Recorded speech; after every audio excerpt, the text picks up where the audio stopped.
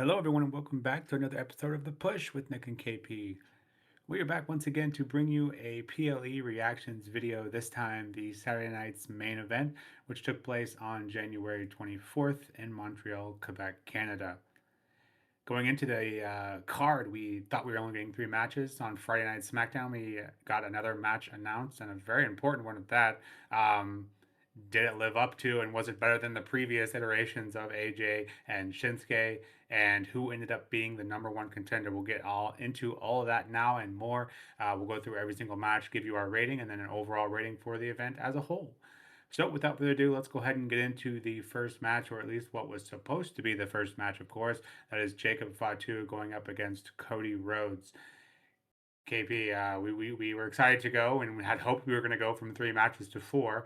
Unfortunately, within the first about half hour, we realized, maybe even sooner, that was not going to happen. We only got three matches, but I feel like this one kind of was okay, at least for me. What did you make of the segment, kind of what they did here? And I guess if you want, you don't have to give it a rating, just kind of what you feel this accomplished. So yeah, slightly different feeling to what we would normally do for these. But this does make a lot of sense because we did almost have four matches, but obviously, this one didn't take place as we expected it to. Cody's making his entrance. Jacob Fatu's already in the ring at this point, and Jacob Fatu just launches himself at Cody Rhodes. Starts an attack, a brawl ensues between both men. And this brawl goes absolutely everywhere. It goes around, it starts in the ring, it goes to ringside, it goes into the crowd, it goes up to the tiered seating in the arena. We go into the back of the back areas of the stadium where like the public sort of like gather before going into their seats and stuff, where they're going to get like drinks and food or whatever from the stalls and things. It went all over the shop really. Eventually the action does spill back down towards the ring, kind of sort of like in the technical area, so to speak. I think it's what Stephanie McMahon said throughout the course of the night. And they're on these sort of like I don't know, like tiered sort of production sort of area, and Cody and Jacob, they're sort of like both going at it, and you think that someone's gonna take a nasty tumble here. And it does turn out that that's the case. They do take a nasty tumble. However, it's not because of, either one of them. It's actually because of Drew McIntyre. Drew McIntyre sort of appears out of absolutely nowhere, and he just launches Jacob Fatu through some tables, literally just down below from where both men are stood. And Cody Rhodes obviously, not expecting that to happen, sort of watching the situation unfold. Drew McIntyre then immediately turns his attention to Rhodes, hits him with a low blow, and then hits a jackknife powerbomb onto Cody Rhodes through tables onto the opposite side of where Jacob Fatu fell. So yeah, Drew literally lays out both men. The brawl literally led to that point. And like you said, we didn't really get a match here, and we were sort of confused when we were discussing this on the predictions video about how this one was really going to go down. Honestly, I think this is a really good way of doing it because I was sort of a little bit torn between what I thought and what I wanted to happen here, because both men realistically needed something from this. And this is a really good way of sort of like saving face of both men, protecting them both, not having them suffer a loss, which I don't think either of them really needs at this point. So yeah, it was quite logical. I'm not really one for matches being cancelled and no contests and all that kind of stuff, but actually this does make a lot of sense. Drew McIntyre being involved is also quite interesting. It sort of builds layers to maybe, these two are going to sort of like keep this sort of story on going with him going forward. So yeah, I think it just does open up some options going forward down the line, which is nice to see. But when it comes to how the brawl actually went down and stuff, I quite enjoyed it. I didn't put a rating down because we don't normally give ratings for things that aren't a match.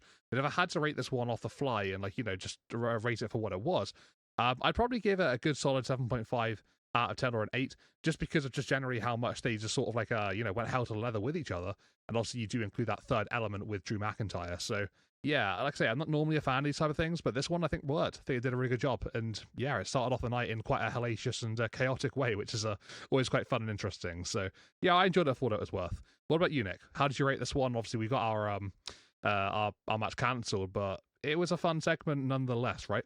Yeah, I honestly have no issues with it. like you said, we both struggled to come up with who would win. So I think this is kind of the best of both worlds here. No one really looks weak here. Drew coming out, I thought was a bit of a head scratcher at first, but then he kind of announced later, he's like, I just want to send a message to everyone that, I am, the top of the division. And so I guess it kind of works, but regardless, I thought it was interesting when he went back to the ring, kind of, showing off, what had happened and what the carnage that he had kind of helped end. You just saw bodies, just absolute carnage laying around the ring. So yeah, I thought this was a pretty good statement by kind of everyone, honestly. Just showing kind of how bad they want that title, how bad they want to be on on top. So yeah, no issues. Kind of similar, tune you're singing. Um, it just made everyone look good, and yeah, no issues with it. It is a good thing we got that extra match, though, however, because I would have been a little more probably upset had we got a match canceled and only had two matches left. So it turns out that all worked out for the best. Yeah, and as far as rating, not typically what we do, but still 8 out of 10 for me, just because of how it helped kind of elevate everyone and showed a bit more of a vicious side to Cody, which is always something that he could use. So yeah, nice way to start it off, and still, almost a half hour into the show, so it's not like it was like a 5 minute thing. Like, it very much was drawn out. So I like what they did here. But going into our first match of the evening, we have Roxanne Perez and Liv Morgan of the Judgment Day going up against Io Sky and Rhea Ripley for those WWE Women's Tag Team Championship. What a match. KP, thoughts on this one in a rating, and got some Raquel and Vaquer in there as well. A little bit of everything, and nonstop. What'd you make of it? Brilliant match. Absolutely brilliant. Just think all four women went crazy and just had a really, really great showing out there. Yeah, like you said, you sort of nailed it on the head. It kind of had a bit of everything involved. Obviously, we saw a lot of really good tag team work from both teams here. Roxy and Liv working together really, really well. On occasions, of really nice sequences. That was equally matched by Rio and Io as well. Rhea and Io as well. Just think that, generally speaking, just they sort of like had such a nice flow to it, and it was very quick and energetic, but also it was quite hard hitting and it was quite impactful at the same time. So I think it just had a lot of like different elements to the contest, and I found myself really, really enjoying the flow. It got to like the halfway point, and I was still very much interested. Towards the late stages, it just sort of like got things picked up another notch. We see Raquel Rodriguez getting involved at one point as well, which does eventually lead to our finish. That sort of like has another sort of like a layer involved in this matchup as well, obviously being part of the Judgment Day herself. But yeah, we do see Raquel Rodriguez. She stops Io Sky from picking up a win by knocking Rhea onto the referee. I thought it was a really unique way of doing so. So the referee's like going for a count, obviously to try and do his job, and Rhea is literally stood just on the just sort of behind the referee, but like in between the referee and the ropes. Raquel sort of like pulls the legs from underneath Rhea, and she just falls on top of the referee, stopping the count. I thought it was quite a unique way of doing things. I quite liked that, to be fair. It's something you don't see all the time. So that was quite good to begin with, really. Raquel takes out Rhea Ripley and then looks to take out Io Sky as well. Does so successfully. And then, as sort of like the tide seemingly is turned toward Judgment Day picking up the win because of Raquel Rodriguez, we then actually see Stephanie Vaquer, La Primera, who's obviously been, such a target for Raquel Rodriguez over the last few weeks. And Raquel is almost like smiling that Stephanie's coming down to the ring. And the two get up into a brawl. They go back and forth, and eventually it evolves in both of them brawling into the crowd and away from the matchup itself. So effectively removing them from the situation here. Once that's sort of like come to an end with obviously Primera and Rodriguez, we do see Roxy tagging in Liv, who then hits an Oblivion onto Io Sky. As Io is being hit by the Oblivion, Rhea actually tags her on the back, so Rhea becomes the legal superstar, and she gets into the ring, hits a Riptide onto Liv Morgan. That'll see this match over and done with the 1-2-3 Rhea pinning Liv Morgan to retain the Women's Tag Team Championship. So yeah, this was a really, really fun matchup. Just a really great way to kick things off in sort of in-ring style here in the event. And yeah, it had a really special feel to it as well. The Women's Tag Team division is, I think we could arguably say, is the best it's ever been. But when it comes to matches like this, the quality that was in that ring, the tag team cohesion as well, the sort of magnitude the match had to it and the importance that was felt, it just ticked on all boxes for me. It was like it hit on all cylinders. It was a really, really good matchup, and it was probably better than I thought it was going to be. Did I think it was going to be bad? No, I didn't. but it was just better than what I expected. You know, you talk your SNMEs, you don't really expect anything crazy or great at the shows. You're hoping for it, sure, but you don't expect it. But this was definitely something that delivered on all accounts of that. So yeah, I had a great time watching it. Really, really fun. I gave it a 9 out of 10. Just thought it was a solid match between all four ladies. And yeah, what a way to showcase the women's tag team division at this current period of time. Loved it. What did you think though, Nick? Singing the same hymn sheet as me? I think you probably will be, but yeah, what did you make of this one? Yeah, pretty much. Yeah, same song here. Per usual, I suppose. But yeah, and then kind of speaking of the Saturday Night Main Event, kind of quality, I think we can probably get into that more a bit later. But yeah, this absolutely delivers, and you kind of would expect that from the Red Hot division that is the women's tag division. All four women, they belong here. You could argue all four women could be sitting here in the main event, but instead they're in this tag division, and commentary kind of hit on that a bit too because of how good this division is. People are kind of dropping down, so to speak, to this division, and it's clearly paying dividends for them. The Raquel, Vaquer just adds another layer to it and kind of continuing that story there. Similarly, that was kind of put on hold for a bit, much like the Jordan Jade stuff on SmackDown too. So it really just feels like we're all kind of moving to what I would assume, Rumble next week. Seeing a lot of these things kind of pay off. But for the match itself, yeah, just no one looked weak, and I feel like I probably use that too often, but really it does feel like to be the case here. So many close calls and just near falls, and it was just a ton of fun. Yeah, gave this one a 9 out of 10. Just a ton of fun and continuing kind of the momentum that this division has. The second match of the evening shows, just built the night before, has AJ Styles and Shinsuke Nakamura, just announced the night before. And honestly, this one for me, I'm sitting here with a microscope, analyzing every bit of it because we had these high hopes for these guys in the past, and obviously that didn't quite pan out the way it should have. You can point to decisions made here or there, that that caused that to happen. But regardless, we're going to run it back here. AJ, Shinsuke, a lot of their best work obviously coming outside of WWE. But for this match, KP, what'd you make of it? And not much time to build towards this matchup, but did they need it? No, not really. This is just a throwback. This is a chance for these two to go at it once again. They've had their encounters in the past, and there's obviously a very extremely good one, outside of WWE. But in terms of what we've had in the company, it hasn't really lived up to what we've sort of wanted and expected. However, this one was fantastic. This one was extremely good. It was probably what people wanted from their match at WrestleMania 34. I think that's fair to say. That's what they could have delivered, something to this sort of magnitude and level. So at least they got to have something, to that extremity that we eventually got to see.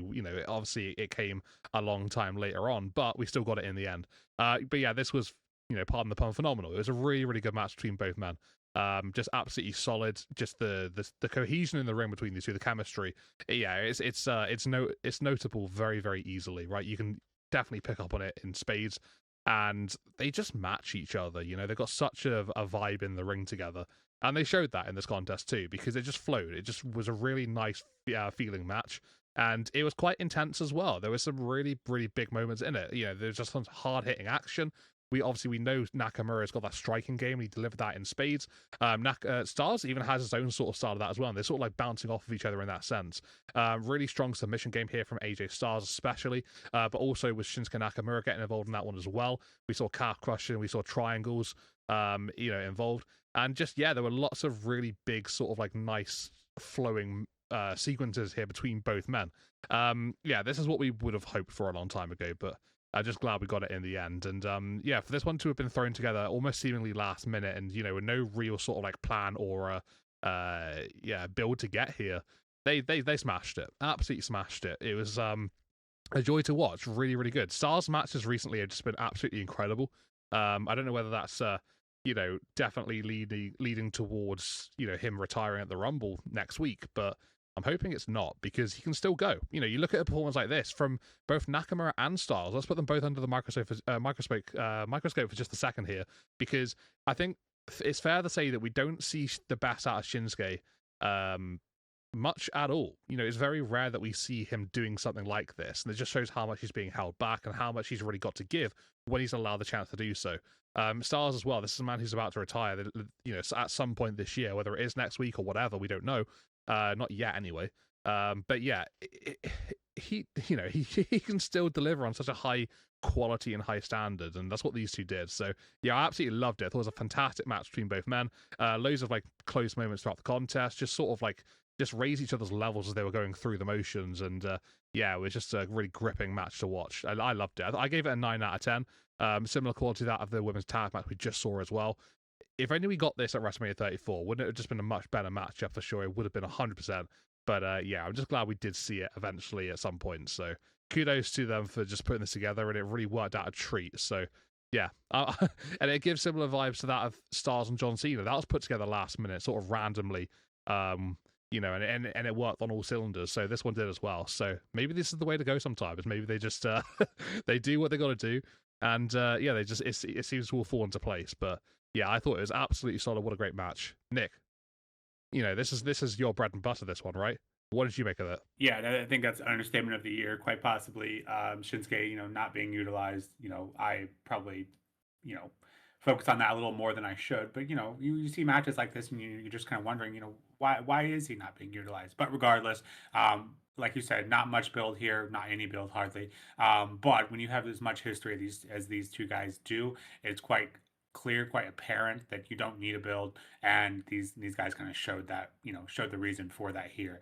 Just two absolute veterans in the ring who have been going at it for quite some time, telling a story in the ring without any story, build up. So I think it's just kind of an testament to kind of how good they are in ring. And you kind of mentioned it a bit there.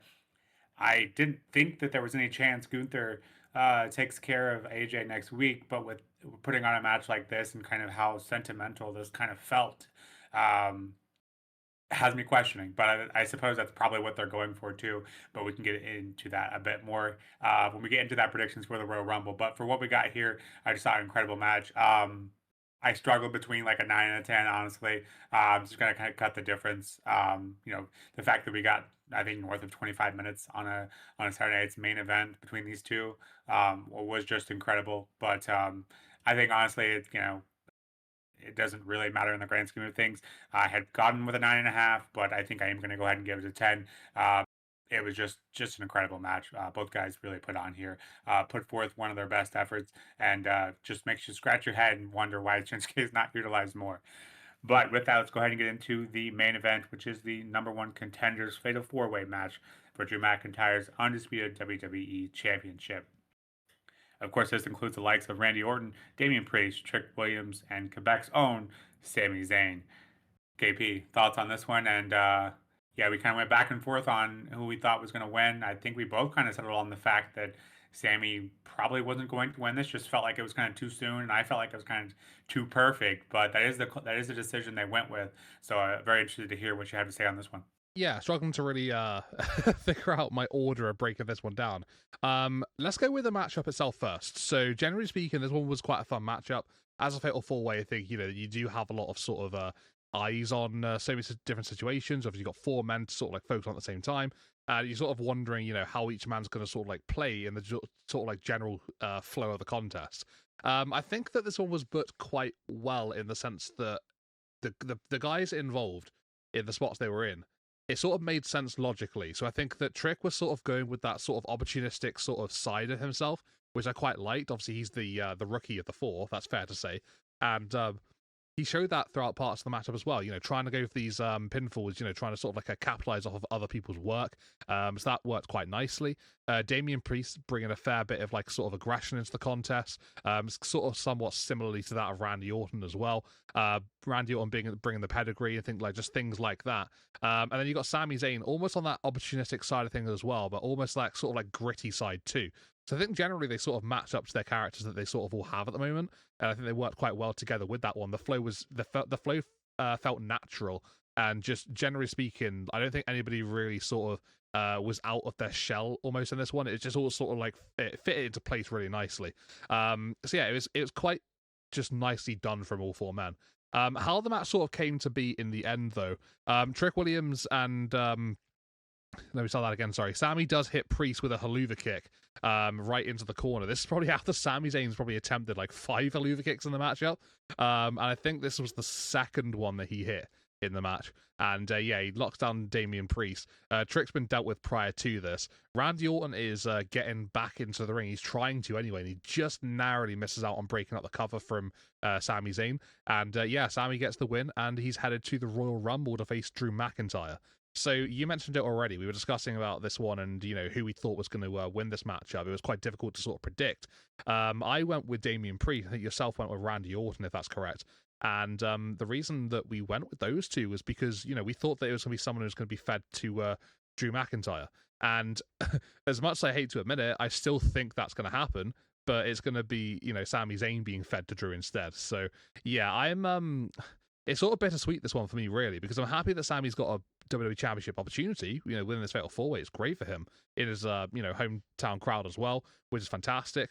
But I do think that he's got zero chance of beating McIntyre. You know, it'll be Drew's first offense, and I don't realistically expect, you know, Drew to lose that championship just yet. So, yeah, I don't really see that happening. So unfortunately, it probably does mean Sami's going to lose, you know, the big match that I'm hoping that, you know, at some point in this year or at some point, you know, he will end up winning. So yeah, it's a bit of pill to swallow, I suppose, but it's also a good moment for him as well. So yeah, it's definitely a double-edged sword type situation here for me personally.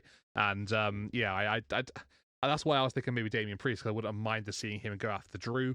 A bit of history between the two of them, and he could have lost, and you know, everything would have been fine. But now I'm a bit sort of yeah, not too sure if I'm really happy with this call right now in this moment. But yeah, we'll see what happens next week. Regardless, maybe we're wrong. I doubt we are, but we'll see what goes down. But this match was quite fun. I enjoyed it for what it was worth. I did think it was probably the least enjoyable out of the night, but that's not saying this was bad. I still really liked it. I gave it an 8 out of 10. It's just I think the other two were just so high in quality and just felt really, really great to watch. And this one, although was a good Fatal 4-Way, it did seem kind of like, I don't know, built around the foundations of all four men, and it did feel quite simple in parts. But then obviously you sort of tell that story with Sami sort of like rising to the top, and eventually after going for so many haluva kicks, does end up hitting one that counted for him. So yeah, I gave it an 8. I thought it was good, but I think I did prefer the other two matches in the night. But yeah, what a solid show, to be fair, though. Get into that a little bit more in a minute. But yeah, I thought it was good. What did you make of this one, Nick? You know, the matchup itself, the flow, the winner, everything involved, and how did you rate Sami's chances against Drew? Yeah, it is. Sometimes I wish we had different opinions more often, but a lot of the times our notes feel like we're looking at the same sheets. But regardless, yeah, this was a great contest, and um, that gnarly gash on Priest's lip. I think they mentioned he had stitches or something. You know, props to him for kind of powering through that. One thing I don't think I heard you mention was the Trick Williams bit. I feel like Trick. I think you did mention a bit about him being opportunistic. Really felt like it was going well with his character, and I felt like he probably walks out of this probably looking, you know, at least impressing me. Maybe I'm just biased a bit, but I genuinely felt like he impressed me the most. Just kind of he kind of had his head on a swivel. Anytime someone would come after him, he would kind of know and kind of be looking out for them. And I thought that was pretty good considering how short of a time he's been on the main roster. So I thought he really showed out, as did Sammy, of course. But yeah, great contest. I think the rating wise, I gave it 8 out of 10, which is also the lowest match of the evening for me. But you know, as you kind of alluded to, it is no kind of you know, downside to this match. Just that's how good this Saturday night's main event is, which is just a statement to say considering how far we've come and where we started. So yeah, Sammy winning here, yeah, but a bit bittersweet for you, and I kind of assumed that would be the case. Two of your favorites in Drew and Sammy, you know, how do you root for someone in that scenario? So I just hope it's a great match and kind of hope they book it correctly going forward. Yeah, it'll be interesting. I do assume too that they'll go continue with the losing streak there and maybe hopefully build that up for the Mania. But you know, kind of on the other side of that double-edged sword you referred to, Drew McIntyre is going to get some killer heat in Saudi, if he does in fact beat Sammy. So make the best of a bad situation, or kind of call it what it is, I guess. But yeah, 8 out of 10 for me. And KP, just kind of overall Saturday night's main event. Am I crazy to say this, but this is by far the best Saturday Night's main event we've gotten since they started this whole thing back up, right? Please let me know if you disagree, and of course your overall rating for the event. But this whole event just felt like it was a ton of fun. Now, of course, I absolutely agree. Yeah, it's literally by far the best Saturn's main event since they restarted them. I'm echoing what you just said because it's the truth. It absolutely is. Yeah, it was just phenomenal. Really, really good show. There was a point where you had to convince me to do these with you because I didn't think they were worth it. Imagine if I said this about this one. Yeah, I'd sort of be regretting it now, wouldn't I? But yeah, this was a lot of fun. Just the three matches that we saw. So much quality, so much enjoyment from them as well.